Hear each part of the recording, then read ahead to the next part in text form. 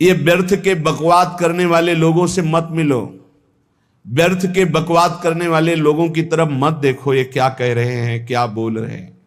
और तुम भी व्यर्थ का बकवाद मत करो। अपने समय को कीमती मान करके निरंतर प्रिया प्रीतम का नाम जप करो, उनके गुण लीला गाओ, उनकी सेवा में रहो। कभी प्रपंच की बातें, कभी प्रतिष्ठा का चिंतन, कभी नाना प्रकार के मान सम्मान का चिंतन, ये घुसने ना पावे हृदय में। बहुत सावधान रहना चाहिए साधक को।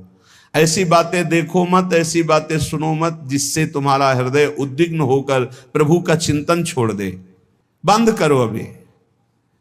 अन्य लोगों के संग का त्याग कर दो, जो भगवत विमुख वार्ता करते हैं, संत निंदा करते हैं, दूसरों की निंदा करते हैं। कुछ हाथ नहीं लगता, ये लोग दुर्गति को प्राप्त होने वाले हैं। भक्तन निंदा अति बुरी भूल करे जिन कोय, किए सुकृत बहु जन्म के छिन में दारे खोए। पर निंदा के किए ते नहीं, आवत नहीं कछु हाथ, मूर्ख पर्वत पाप को ले चल अपने साथ। तो अलम कश्यापि संगत्या, ऐसा संग मत करो जिनके पास बैठने से भक्त निंदा, जन निंदा, भगवत निंदा हो। ऐसे से दूर रहो, अलम बंद कर दो ऐसे लोगों का संग। रात दिन हम श्यामा श्याम का नाम जप करेंगे, श्यामा श्याम के लीला गुण गाएंगे, श्यामा श्याम के ही धाम का शोभा का चिंतन करेंगे। जब तुम अपना जीवन श्यामा श्याम के चरणों में न्यौछावर कर दोगे तो पूरा भार श्यामा श्याम ले लेंगे और तुम्हारे हृदय में मस्ती आ जाएगी। जो ऐसा निश्चयी होता है, दृढ़ निश्चयी, उसके अंदर दृढ़ विश्वास, तो उसके हर समय भगवान की स्फूर्ति होती रहती है। भारी प्रतिकूलता में भी भगवान का सानिध्य अनुभव होता है। वो अनुकूलता में तो भगवान के दुलार को देखता है, लेकिन प्रतिकूलता में भगवान की विशेष कृपा को देखता है। ये संयोग, ये वियोग, संसार की ये द्वंद्वमयी वृत्तियां भक्तों के हृदय में नहीं चुभती। आए की हुज्जत नहीं, गए की तलाश नहीं, क्योंकि नित्य संयोग भगवत स्मृति के प्रभाव से प्रभु का रहता है। शोक, विषाद बहुत ध्यान देने योग्य विषय है। तभी लोगों को ऐसा लगता है कि ऐसा कैसे हो सकता है। भक्त के चरित्रों को जब सुनते तो लगता है ऐसा कैसे हो सकता है, ऐसी परिस्थिति में भी ऐसा कैसे हो सकता है। क्योंकि तुम मानसिक बुद्धि से युक्त हो और वो भागवतिक स्थिति से युक्त है, इसलिए तुम उसको पार पा ही नहीं सकते। जब तुम अपना जीवन श्यामा श्याम के चरणों में समर्पित कर देते हो हृदय से, फिर उनकी कृपा से सब विघ्न दूर हो जाते, एक अपार मस्ती रहती है। नहीं तो शोक, विषाद, दुख, क्लेश, कष्ट, संताप, भय, उद्वेग, ये सदैव सताते रहते हैं। इसी से डिप्रेशन होता है। बार बार नकारात्मक चिंतन, शोक, विषाद, दुख, चिंता, क्लेश, संताप, भय, उद्वेग, यही पूरे मानसिक स्तर को नष्ट कर देते हैं। उत्साहहीन जीवन हो जाता है। जब तुम श्यामा श्याम को समर्पित हो जाते हो तो ये सब प्रवेश भी नहीं करते, एक अपार मस्ती बनी रहती है। अब क्या होगा? श्यामा श्याम जो करेंगे वही होगा। श्यामा श्याम पता नहीं कैसा करें, नहीं, वो सदैव मंगल भवन है, वो जो करते महामंगल होता है। यह निश्चय उपासक के हृदय में आ जाना चाहिए। इसलिए अपना सारा मन, सारी बुद्धि, सारा जीवन, प्रत्येक श्वास प्रभु को अर्पण कर दो। फिर देखो तुम निहाल हो जाओगे। दुख, शोक, विषाद, क्लेश, कष्ट, संताप, भय, उद्वेग, ये उसी को व्यापते हैं जिसने अपने जीवन को प्रभु के चरणों में अर्पित नहीं किया।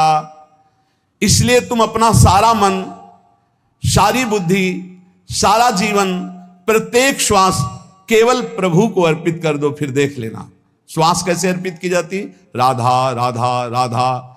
बुद्धि कैसे अर्पित की जाती, एकमात्र निश्चय कि भगवत सुख ही सुख है। ये जागतिक सुख सुख नहीं, ये दुख है, ये ऐसा दलदल है जिससे आज तक कोई नहीं निकल पाया। सारा मन, हम मन से केवल प्रभु का मनन करें, बार बार मन को संसार से हटा के नाम में, रूप में, लीला में, धाम में लगाएं।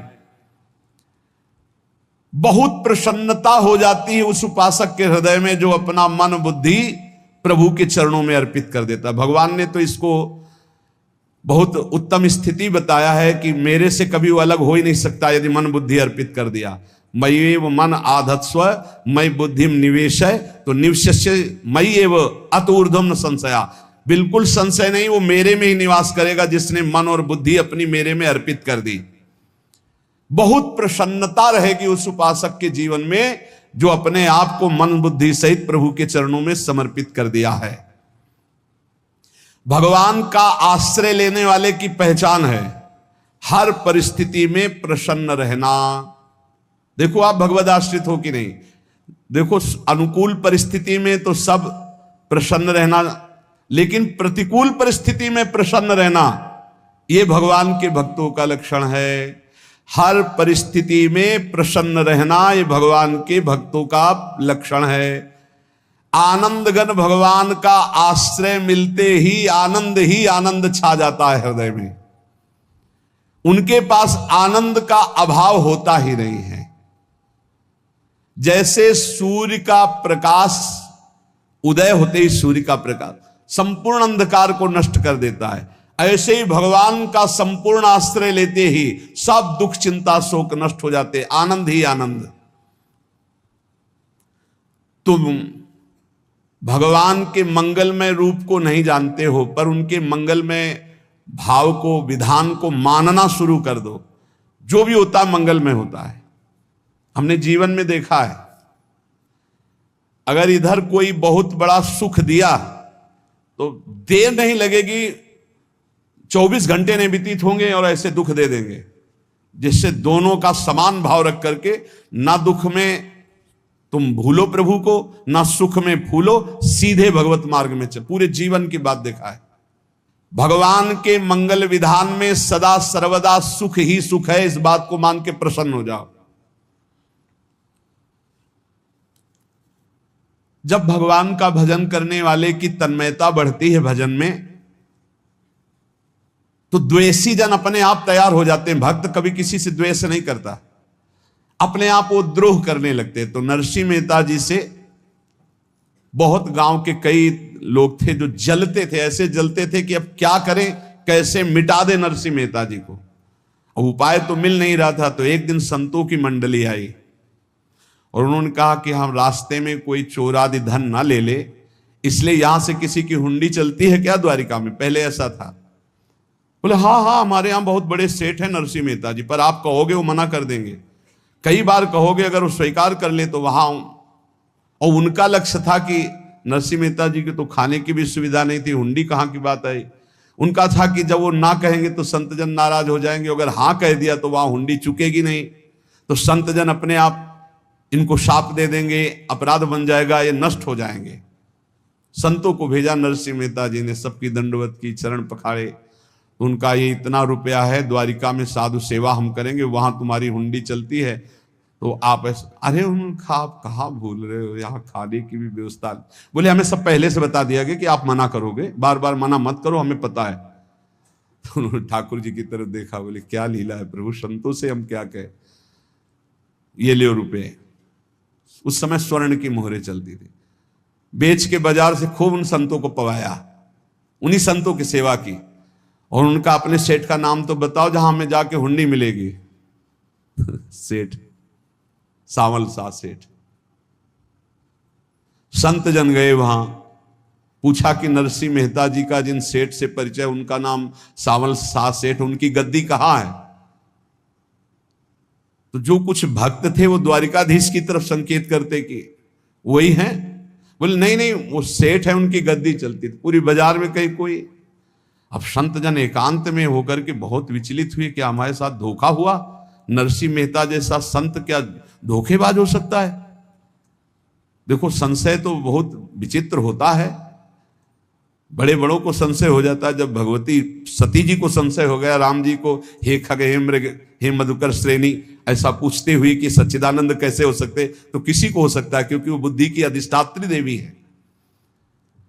जो ही उनके मन में ऐसा आया कि क्या हमारे साथ धोखा हो रहा है, इतने में ही देखा जय हो सावल शाह सेठ की। होगा सावल शाह सेठ, तो देखा बढ़िया मुनीम जी उनके साथ, तो सेठ बस्ता लिए हुए मुनीम जी, सरकार इधर से चलो। तो उनका सावल शाह सेठ आपका नाम है? संतों ने कहा। बोले हाँ। बोले नरसिंह जी? हाँ। बोले आपकी हुंडी आ गई है। हुंडी एक कागज में लिखा कि ये हमारे सेठ जी को दे देना। वैसे लोग मुझे माखन चोर कहते, कोई कुछ कहता, लेकिन आपने सेठ बना दिया। जब आपने सेठ बना ही दिया तो आप कभी परवाह मत करना तुम। और ये सेवक आपकी सेवा में सदैव तत्पर है। भगवान ने ऐसा लिखा। जो भगवद आश्रित है, एक बार ये चलता रहता है, जो संत जन होते हैं उनके विरोधी अपने आप बन जाते हैं, किसी से कोई मतलब नहीं, अपने आप विरोधी बन जाते हैं। कबीरदास जी का पूरी काशी में यश था। भजन करने वाले महापुरुषों का यश बढ़ता है जब, तो जो भजनहीन होते हैं उनके हृदय में जलन पैदा हो जाती है और वो उनको विविध प्रकार से फंसाना चाहते हैं, उनको कष्ट देना चाहते हैं। तो कबीरदास जी के यश को धूमिल करने के लिए कुछ ब्राह्मणों ने एक रचना रची, मुड़ मुड़ा के कबीरदास जी के शिष्य बन करके पूरी काशी के सब आश्रमों में निमंत्रण दे आए। कल भंडारा है, संत सेवा है, सबने स्वीकार किया। कबीरदास जी अपनी दिनचर्या करके निकले तो संत मंडली आने लगी। बोले कै बजे सेवा है? साधु सेवा। बोले कौन सी साधु सेवा? बोले कल आपके शिष्यजन निमंत्रण दे के आए, पूरी काशी के सब संत आ रहे हैं। कबीरदास जी ने कहा यहाँ तो एक की भी व्यवस्था नहीं, पूरी काशी के संत आ रहे। अच्छा समझ में आ रहा है, लीला बिहारी तुम लीला करना चाहते हो। गए अपना निकल गए गंगा किनारे, एक झाऊ के नीचे बैठकर अपना भजन ध्यान में मगन है। 11-12 बजे तो उन्होंने देखा इस संतों की मंडली, काशी तो बहुत। कबीरदास जी ने देखा कि आश्रम की, तो बोले पता नहीं क्या होगा, चलो चलते हैं। तो ऐसे गमछा वस्त्र करके ऐसे डालकर मुंह ढक करके, वहां बड़ी बड़ी पंगत लगी थी। कबीरदास जी सबको पाओ जी पाओ। कबीरदास जी के रूप में स्वयं भगवान पाओ जी। कबीरदास जी ने कहा अच्छा जब स्वामी परस रहे तो हम भी बैठ के पा ले। तो जब उसी पंगत में बैठ गए अपना कपड़ा ढक करके, और जब मोहरे की दक्षिणा दे रहे थे सब लोग कि वाह कबीरदास जी ने आज तो साधु से सबको। जब कबीरदास जी के सामने आए तो ऐसे मुंह ढके, बोले देखो जो मेरा होता है उसे मुंह छुपाना नहीं पड़ता, मुंह ढकना नहीं पड़ता। लो दक्षिणा, तुम भी दक्षिणा लो। कबीरदास जी को कबीरदास जी दक्षिणा दे रहे, वो कबीरदास जी है भगवान, और ये पाले वाले कबीरदास जी है भगवान के जन। कभी भगवान अपने अरे जमाने जोर लगा ले, कितना जोर लगाएगा, भक्त और भगवान का झंडा कभी न झुकने पाएगा। बिल्कुल चिंता शोक भय उद्वेग रहित जीवन भगवद आश्रित, तुम भगवान के मंगल विधान में सदा सर्वदा प्रसन्न रहो। अब ये विचार कर लो कि भगवान जो करेंगे तुम्हारा मंगल करेंगे। अब थोड़ा ऐसा बीच में लगता है कि अमंगल हो रहा है क्या, लेकिन पक्का समझो बहुत बड़ा मंगल उनका विधान होता है। बहुत ही उत्तम मंगल होता है भगवान के शरणागत का। भगवान हमारे विचारों वाले नहीं हैं, हमारे विचार प्राकृतिक है, भगवान के विचार चिदानंदमय हैं। वो अपने विचार से हमारा मंगल करते हो, हम अपने विचार से मंगल चाहते हैं। भगवान के विचार से मंगल ही हमारा होगा, इसलिए कभी हमको चिंता शोक भय नहीं करना चाहिए। भगवान की ओर से कभी तुम्हारे लिए ऐसा विधान नहीं होगा कि तुम दुखी हो जाओ, बस तुम्हारी सोच हो सकती है, उसका परिणाम बहुत मंगल होगा। जगत की ओर से निराश हो जाओ, किसी से आशा मत रखो, फिर आप देखो आपका जीवन कैसा आनंदमय व्यतीत होता है। ये जो जगत की आशा है यही दुख प्रदान करती, सच्ची जगत की आशा ही दुख प्रदान करती है। अगर जगत से कोई संबंध न रखा जाए और भगवत भाव में रहकर तो बहुत अच्छा जीवन चलेगा। अपने कर्तव्य का पालन करो, परिवार को भगवत स्वरूप मानकर पोषण करो, किसी से कोई संबंध मत रखो, कोई आशा मत रखो, यही अध्यात्म सिखाता है। अपने आप भगवत स्वरूप, सबका व्यवहार मंगलमय और आपका जीवन मंगलमय। अपने घर में ऐसे रहो जैसे किसी अतिथि के घर में रह जाता है। चलना है, यहां से जाना है। कौन रहता है अपने घर में अतिथि की भांति? भगवान का भक्त। जाना है यहां से, अपनी प्रिया प्रीतम के पास जाना। ये हमारा घर नहीं है, यहां तो हम समय व्यतीत कर रहे हैं, अपनी आयु व्यतीत कर रहे हैं भगवत आराधना करते हुए। हमें जाना है प्रिया प्रीतम के पास। वास्तविक घर भगवान का धाम है हमारा, वास्तविक घर वाले प्रभु हैं हमारे। जो नित्य सच्चिदानंद भगवान के चरणों में अपने चित्त को समर्पित करता रहता है, उसको यह अनुभव होने लगता है कि बड़ी कृपा है हमारे ऊपर भगवान की, बड़ी कृपा है हमारे ऊपर। सर्वसमर्थ परम सुहृद भगवान ऐसे भक्त के ऊपर हर समय वरद हस्त रखे रहते हैं। ये केवल प्रवचन नहीं, सच्ची बात मानिए। ऐसे भगवान का वरद हस्त हर समय रहता है। जब भगवान की छत्र छाया में भक्त अपने को देखता है तो आसपास घोर विपत्तियों का भी समुदाय हो तो भी वो आनंद में मगन रहता है। हर हालत में आनंदित रहना ये भक्त का स्वभाव है। भगवान ऐसे भक्तों को प्यार करते हैं जैसे कछुआ अपने अंडे को बाहर रख आवे और रात दिन उसका चिंतन करे। जब भक्त भगवान को समर्पित होता है तो भगवान रात दिन उसकी ऐसे चिंतन सुरक्षा करते हैं। अभय, ये दैवी संपदा का पहला गुण है। ये भगवान के शरणागत पर जागृत हो जाता है। वो भयभीत नहीं होता, किसी भी उससे भयभीत नहीं होता। यही डर ही डरप हरिवंश हित, जिनो भ्रमय गुण सलिल पर। इस डर से डरते रहना चाहिए कहीं गुण रूपी पानी में फिसल न जाए, नहीं तो गलती हो सकती है। साधक सावधान रहे। ये अभय दैवी संपदा का सबसे बड़ा गुण है। जो भयहारी भगवान की शरण में आ जाता है तो उसके अंदर ये अभय प्रकट हो जाता है। अगर कहीं तुम्हें एकांत में भय लग रहा है, एक आदमी तो एकांतिक में आए थे, वो कह रहे थे कि हमें हर समय भय लगा रहता कि कोई हमारे पीछे है। अंधेरा तो लगता कोई खड़ा है, मैं जीना मुश्किल हो गया, ऐसा भय। देखो ये मन कैसा है, भगवान से विमुख होने पर कैसे डरवाता है। वो कह रहे हैं हर समय मुझे डर लगा रहता है, कोई सामने खड़ा है, कोई पीछे खड़ा है, ऐसा भय लगने लगता है। और जब भगवान की शरण में आ जाते हैं तो ये अभय स्थिति हृदय में जागृत हो जाती है। कोई भी भय आसपास आ ही नहीं सकता, यहां तक कि नरक का भी भय खत्म हो जाता है जो भगवान की शरण में है। महापापी भी पुण्यात्मा महान भक्तों के समान वो उत्तम गति को प्राप्त हो जाता है जो भगवान की शरण में हो जाता है। पर ये जो भोगों का आश्रय लिए हुए हैं, मनमानी आचरण कर रहे हैं, ये कभी उस अभय को जान ही नहीं सकते कोई अभय पद है क्या। इनको तो कदम कदम पर शोक, भय और दुख की प्राप्ति होगी। कोई बचा नहीं सकता जो भोगों में लगे हैं, मनमानी आचरण कर रहे हैं। अगर निर्भय होना चाहते हो, परम सुखी होना चाहते हो तो भगवान के शरणागत हो जाओ। सारे जगत को अभय दान देने वाले भगवान हैं। भगवान का एक प्रण है, ममपन शरणागत भयहारी। जो मेरी शरण में आ गया उसके भय का मैं नाश कर देता हूं। साधना में अवस्था मन की मानी जाती है कि आप कितने अच्छे साधक हैं। यदि आपका मन भगवदाकार है, हर समय भगवत चिंतन चल रहा है, आपके स्वप्न भागवतिक आ रहे हैं, आपके विचार भागवतिक हैं, तो आपकी अच्छी साधना हो रही है। और यदि आपके स्वप्न गंदे आ रहे हैं, क्योंकि स्वप्न में मन का ही सारा खेल होता है, और आपकी चिंतन वृत्ति वासनात्मक चल रही, तो अभी साधना का प्रभाव मन पे नहीं पड़ा है। जिसका मन हर समय भगवत चिंतन करता रहता है वो जीते जी जीवन मुक्त हो जाता, अनुभव होता है। जैसे किसी ने कहा कि हमें कैसे पता चलेगा कि हमारा काम हो गया है। तो जैसे आप भोजन पा लेते हैं तो किसी दूसरे से गारंटी थोड़ी लेनी होती कि हम छक गए हैं क्या, आप जरा बताना हम छक गए हैं क्या। नहीं, अपने हृदय में आ जाता है कि अब मैं तृप्त हो गया। ऐसे ही अपने हृदय में आ जाता है कि मेरा काम हो गया, अब मेरा जन्म नहीं होगा। ये हृदय में आ जाता है, अपने आप अनुभव में आ जाता है।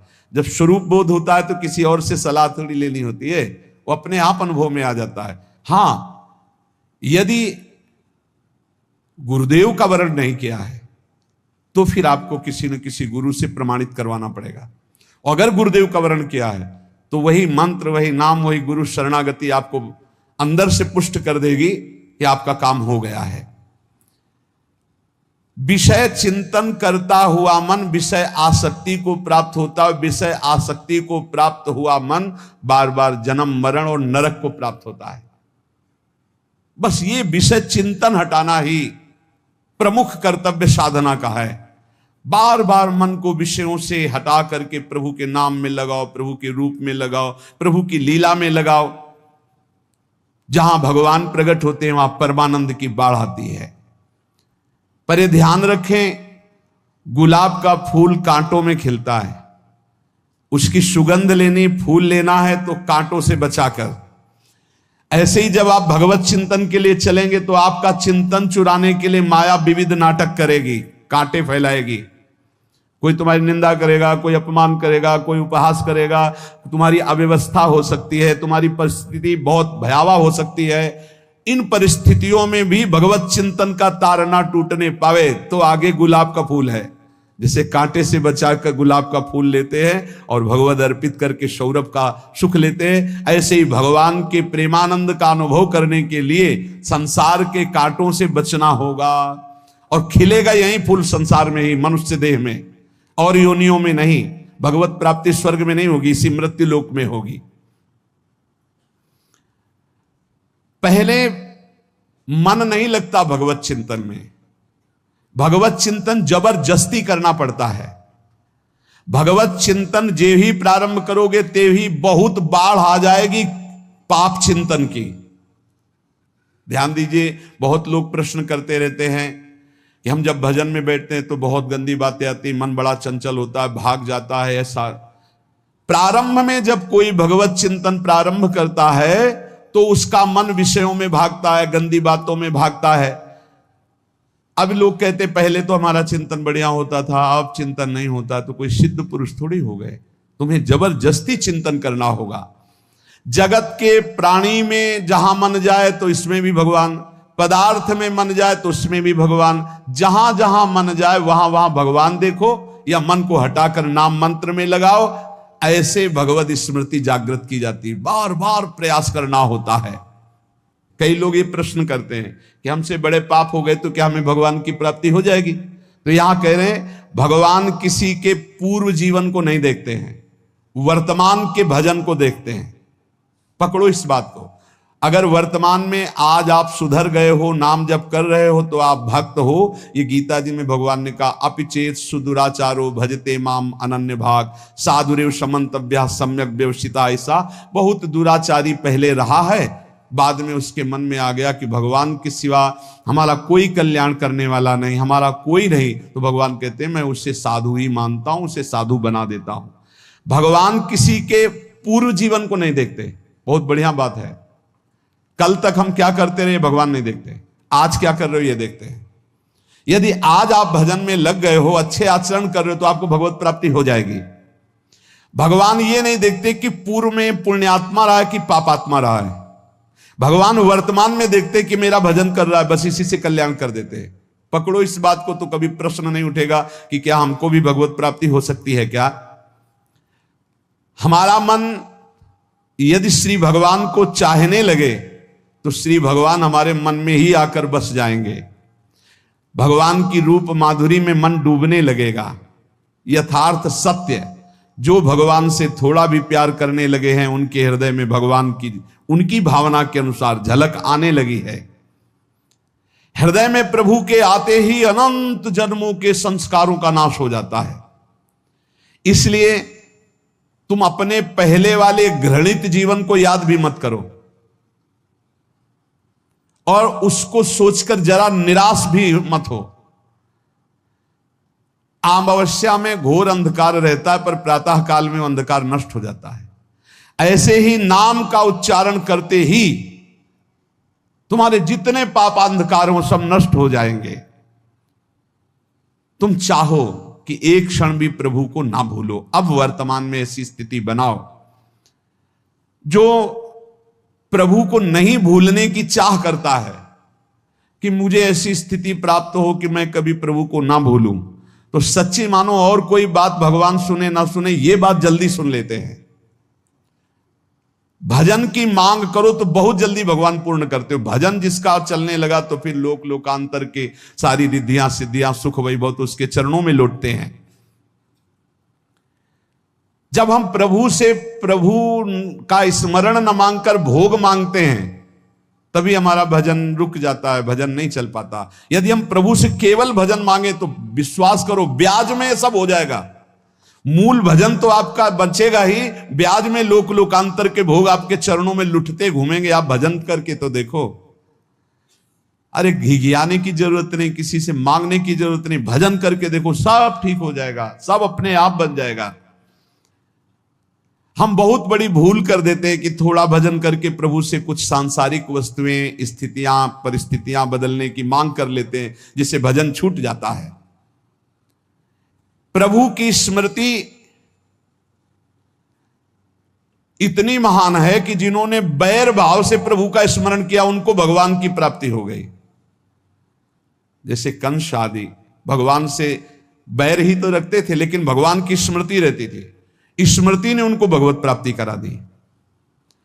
स्मृति में महान सुख है, पर वो जब भक्ति रस से युक्त स्मृति होती तब माधुर्य रस, प्रेम रस का अनुभव होता है। कल्याण तो वैर भाव से स्मरण करने वालों को भी प्राप्त हो गया। यदि आप भक्त हो और ये चाहते हो कि आपकी भागवती की स्थिति बहुत जोर की हो, तो हम आपसे प्रार्थना करते हैं कि रोज प्रभु से एक ही बात मांगिए, मुझे अखंड स्मृति दीजिए। अर्जुन जी को पूरी गीता जी सुनने के बाद यही मिला, नष्टो मोहा स्मृति लब्ध्वा। स्मृति, प्रभु आप हम पे ऐसी कृपा कर दो कि हमारे हृदय में किसी और व्यक्ति, वस्तु, स्थान की स्मृति न रह जाए, केवल आपकी स्मृति रह जाए। ये चाह भगवान बहुत जल्दी पूर्ण कर देते हैं यदि उपासक हृदय से ये बात मांगे। भगवान की कृपा से ही ऐसा हो सकता है कि अखंड स्मृति ये कर्म फल से नहीं मिलती है। प्रभु के प्रति निर्भर होकर जो दैन्यता पूर्वक प्रभु से मांगता है और हर समय अभ्यास करता रहता है भगवत स्मरण का, उसको ये स्मृति मिलती है। और स्मृति मिल गई तो इससे बड़ी कोई स्थिति नहीं, हर समय भगवान का स्मरण। प्रभु से मन प्रतिपल नया नया स्वाद लेकर के आसक्त होता रहता है, नवम नवम। प्रभु कभी बासी नहीं होते। जैसे किसी व्यक्ति को देखो तो देखते देखते मन हट जाएगा कि देख लिया बहुत सुंदर है, ठीक है, लेकिन वो एक दिन मन हट जाएगा। और प्रभु की सुंदरता नवम नवम है, प्रभु के नाम का स्वाद नवम नवम है, प्रभु की लीला का स्वाद नवम नवम है, प्रभु के धाम की शोभा नवम नवम है। जैसे आचार्य महाप्रभु हरिवंश चंद्र जी कहते हैं, नयो नेह नव रंग नयो रस नवल श्याम वृषभानु किशोरी, नव पीतांबर नवल चूनरी, नई नई बूंदन भींजत गोरी, नव वृंदावन हरित मनोहर, नव चातक बोलत मोर मोरी, नव मुरली जो मल्हार नई गति, सब कुछ नया। तो नवम नवम प्रभु प्रतिपल नवम नवम प्रभु का रूप, प्रियाजू का नवम नवम, अबहीं और अबहीं और अबहीं और है। तो कहते हैं जब मन निरंतर स्मृति में डूबता है तो जब प्रभु की रूप माधुरी प्रकाशित होती तो ऐसी नवम नवम कि कभी ये नहीं होता कि रूप बासी हो गया। ये वही रूप है जो हमने अभी देखा था, नवम नवम। इसलिए आनंद की उफान आती रहती है उपासक के हृदय में। ऐसी प्रियता, ऐसा आनंद बिना भजन के नहीं अनुभव में आएगा। इसलिए तुम विश्वास करो, तुम्हें बहुत सुंदर सुख मिलने वाला है, आगे अपार सुख मिलने वाला है। ये थोड़ा दुख का समय काट लो, जब तक जीवन है ये दुख सुख की लहर आती रहेगी, आप इसको सह जाओ, आगे बहुत आनंद है। विश्वास मान लीजिए, बहुत आनंद है। जो ये विश्वास कर लेता है वो प्रभु के मार्ग में चलकर प्रभु को प्राप्त कर लेता है। नहीं तो इतने रोड़े हैं कि आप ऊब जाओगे, बहुत रोड़े हैं। जो प्रभु के मार्ग में चलता है तो माया के बहुत से पार्षद अपना प्रभुत्व दिखाने उनके पास आते हैं, महिमा अपनी दिखाने, पर वो किसी वस्तु, स्थिति, अवस्था, प्राणी, पदार्थ का प्रभाव स्वीकार ही नहीं करता। क्योंकि भगवत स्मृति परायण है, भगवान की कृपा पर विश्वास है, इसलिए उसको कोई फंसा नहीं पाता। वो नित्य निरंतर प्रभु से घुला मिला रहने के कारण उसकी मस्ती में कोई फर्क नहीं पड़ता। माया का प्रभुत्व रखने वाले उसे फंसाने की चेष्टा करते हैं, पर उस पर किसी का असर नहीं होता। वो कहीं लिप्त नहीं होता, वो कहीं दुखी सुखी नहीं होता, वो हर समय प्रसन्न रहता है। तुम देखो, हर समय प्रसन्न रहते हो? यदि नहीं तो तुम किसी व्यक्ति वस्तु का आश्रय लिए हुए हो, प्रभु का नहीं। अगर हां तो हर समय प्रभु का स्मरण चलना चाहिए, हर समय प्रभु के आश्रित हो, फिर देखना ये आनंद, ये प्रसन्नता क्या रूप रखती है। बड़े बड़े मस्त संतों को देखा, मस्त ऐसे उन्माद में मस्त है, उस सुख के लिए ललचाओ। कब तक जन्मते मरते रहोगे, कब तक बार बार दुख भोगते रहोगे, कब? बड़ा प्रपंच है ये। भगवान का स्मरण परम पुण्यात्मा पुरुष का हृदय माना जाता है। बहुत पवित्र हृदय, बड़ा पुण्यात्मा हृदय, जिसमें भगवान का स्मरण। भगवान का विस्मरण पापात्मा पुरुष, भयानक विपत्ति, दुर्भाग्य आते हो। सुदृढ़ निश्चय करो, अब हम भगवान के स्मरण में अपना समय व्यतीत करेंगे। मेहनत करो, कार्य करने के लिए कोई मना नहीं। आप नौकरी करो, किसानी करो, व्यापार करो, पर अंदर अंदर भगवत स्मृति, भगवत स्मृति ही सबसे बड़ी स्थिति है। अब चाहे हम जीवित रहें, चाहे हमारे मरण जैसी विपत्ति आ जाए, चाहे सब हमसे हट जाए, चाहे सब हमको नमन करें, अब हम दृढ़ निश्चय करके केवल भगवान के स्मरण करते हुए इस संसार के बीच समय व्यतीत करेंगे। अब हम चूकने वाले नहीं, ये नियम लीजिए। चाहे जीवन रहे या ना रहे, चाहे मरण जैसा कष्ट आ जाए, चाहे सब वियोग हो जाए, सब चले जाए, चाहे सब संयोग हो जाए, सब नमन करें, अब हम प्रभु का स्मरण नहीं छोड़ेंगे।